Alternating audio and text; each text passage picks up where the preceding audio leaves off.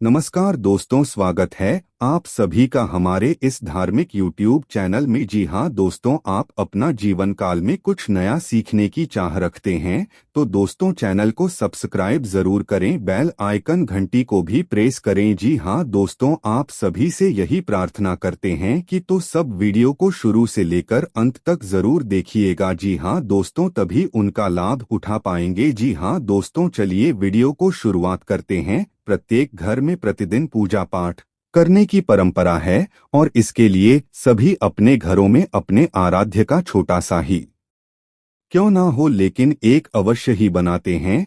केवल मानसिक शांति मिलती है बल्कि पूरे घर में सकारात्मक ऊर्जा भी व्याप्त हो जाती है। परंतु यह बात भी सच है कि पूजा पाठ करने के कुछ नियम भी होते हैं जिन्हें यदि हम नजरअंदाज तो हमें हमारी पूजा का पूरी तरह से फल प्राप्त नहीं होता। पूजा करने के नियम प्राचीन काल से ही चले आ रहे हैं, वैज्ञानिक दोनों ही दृष्टिकोण से ध्यान में रखकर बनाए गए हैं, इसलिए हमें इन नियमों को बिल्कुल भी अनदेखा नहीं करना चाहिए। ऐसा ही एक महत्वपूर्ण नियम है, यानी कि पूजा करते समय हम जब घंटी बजाते हैं उसे बचाने के लिए शास्त्रों में कुछ नियम निर्धारित किए गए हैं। शास्त्रों में देवताओं के सामने घंटी बजाने का बहुत अधिक महत्व बताया गया है, जिसे हम इस कृष्ण श्लोक के द्वारा समझ सकते हैं कि पूजा करते समय जब हम घंटी बजाते हैं तो उसके पीछे क्या कारण है, घंटी को बचाने के क्या नियम है और पूजा के वक्त घंटी बजाते समय होने वाली गलतियां कौन सी हैं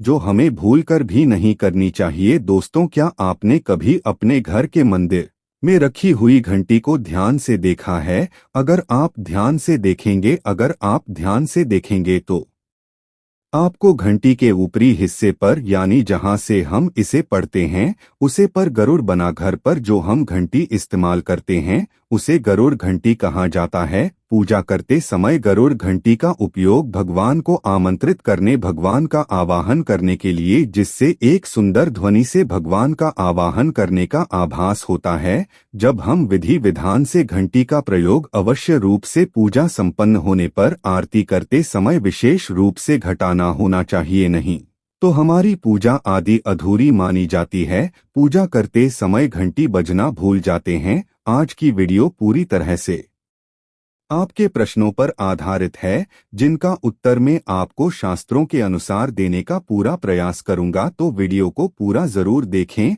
और अगर आपको आज की वीडियो अच्छी लगे तो इसे लाइक जरूर कीजिए। जय मां लक्ष्मी। आपके इस वीडियो को जो भी लाइक और चैनल को सब्सक्राइब करें उसके जीवन में कभी भी धन की कमी न होने देना। दोस्तों, हमारे प्राचीन शास्त्र की मान्यता है कि सृष्टि के निर्माण सबसे पहले जो बड़ी सी ध्वनि निकली थी वह घंटी की आवाज के समान सुनाई दी थी। घंटी की ध्वनि में ओंकार नाथ का भी आभास होता है, इसलिए घंटी को ईश्वर की आवाज मानते हुए पूजा में स्थान मिला है। इसलिए घंटी का कभी भी अपमान न करें और जिस तरह से देवी देवताओं की पूजा की जाती है वैसे ही घंटे की भी पूजा करनी चाहिए। दूसरी बार घंटी को प्रणाम करके ही उसे बजना चाहिए। नाम किया घंटी बजना अच्छा नहीं माना जाता। दोस्तों, अपने अक्सर यह महसूस किया होगा कि पूजा करते समय जैसे ही घंटी बजाई जाती है तो पूरे घर के साथ साथ संपूर्ण वातावरण शुद्ध और पवित्र सा हो जाता है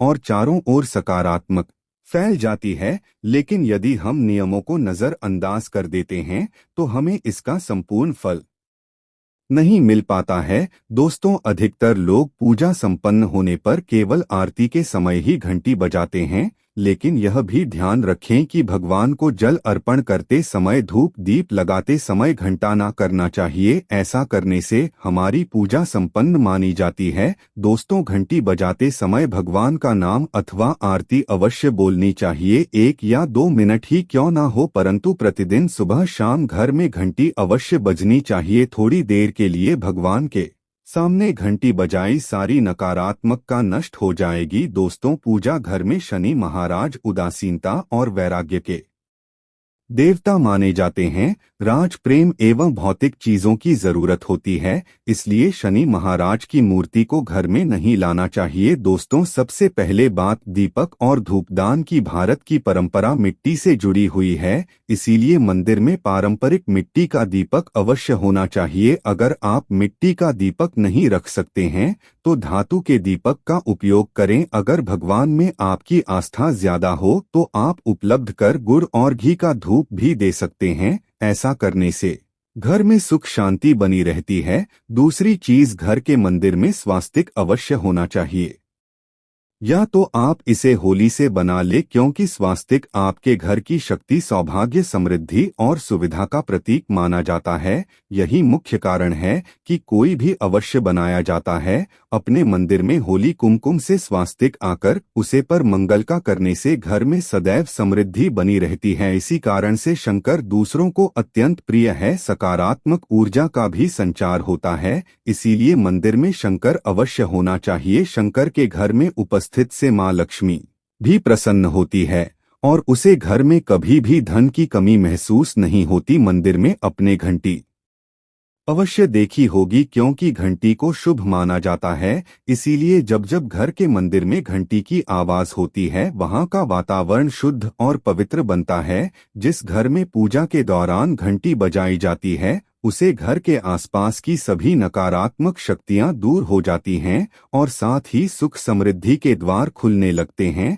अथवा 5 ऐसी विषम संख्या में ना रखें। अपने मंदिर में गणेश जी की केवल 2 मूर्तियां जाता है। मंगल की कामना करते हैं तो गणेश जी की मूर्ति द्वार पर अंदर की तरफ मुंह करके लगा ले। कई लोग यह गलती करते हैं, जिससे उन्हें काफी नुकसान का सामना करना पड़ता है। अगर आप चाहे तो मुख्य द्वार के दोनों ओर लगा दें या फिर मुख्य द्वार के अंदर की ओर लगाइए। अपने मंदिर में कभी भी टूटे हुए चावल ना रखें, यह नकारात्मक ऊर्जा फ्लेट हैं। यह बात भी ध्यान रहे कि आप इसके साथ ही पुराने चढ़ाए हुए चावल अधिक समय तक न रखें, यह नकारात्मक ऊर्जा फ्लेट हैं। यह बात भी ध्यान रहे कि आप मंदिर में रखने वाले चावलों का इस्तेमाल हल्दी में भिगोकर ही करें, इससे अधिक शुभ परिणाम मिलेंगे। श्री पूर्वजों की तस्वीर रखी हुई है तो उन्हें तत्काल बाहर निकाल दे। परिवार के लिए धर्म ग्रंथों के अनुसार पूर्वज पूजनीय है,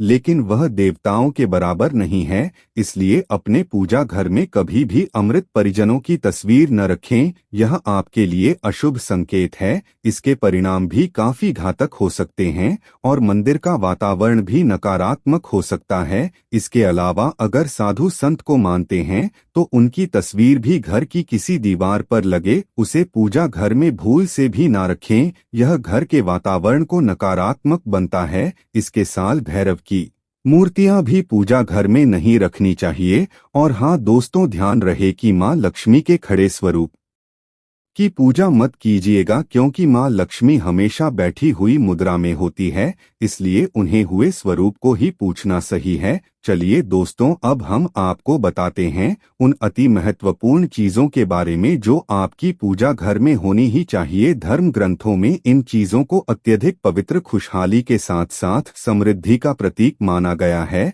आपको खुशियों की चौखट पर खड़ा करती है, इसलिए कि मंदिर में होने ही चाहिए। गंगाजल की पवित्रता के बारे में तो आप जानते ही होंगे। माँ गंगा जो हर किसी के पापों को धुल देती है, लोगों को शांति देती है। अगर आप भी अपने जीवन में सुख और शांति कायम रखना चाहते हैं तो घर के मंदिर में गंगाजल होना ही चाहिए। इसमें गंगाजल को भरकर रख सकते हैं कि परिवार में सुख शांति का प्रतीक है, जो घर की पवित्रता को भी बनाए रखना है। कभी भी प्लास्टिक की बोतल या अपन जैसे स्टील या लोहे के बर्तनों में गर्व होता है।